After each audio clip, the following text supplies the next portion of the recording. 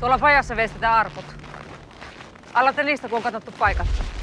Mitenkäs pitkä matka tästä on etulinjaa? 10 kilometriä. Saanko mä höylätä?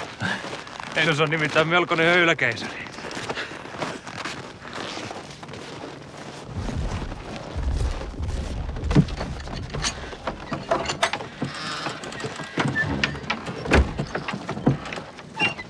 Täällä pidetään koko ajan tulet täysillä. Se on teidän miesten homma. Pelottaako? Ei kun valvomista vaattelin. Pojat pitää laittaa kotijoukkoja varten niin kauniiksi kuin mahdollista, ettei ne näytä tämmöiseltä.